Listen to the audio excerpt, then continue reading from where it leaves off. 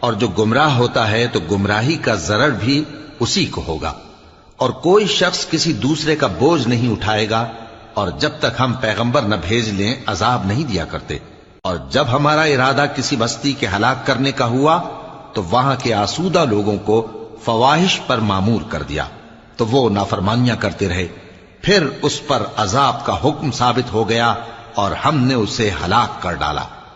اور ہم نے نوح کے بعد بہت سی امتوں کو ہلاک کر ڈالا، اور تمہارا پروردگار اپنے بندوں کے گناہوں کو جاننے اور دیکھنے والا کافی ہے۔ جو شخص دنیا کی آسودگی کا خواہش مند ہو تو ہم اس میں سے جسے چاہتے ہیں اور جتنا چاہتے ہیں جلد دے دیتے ہیں،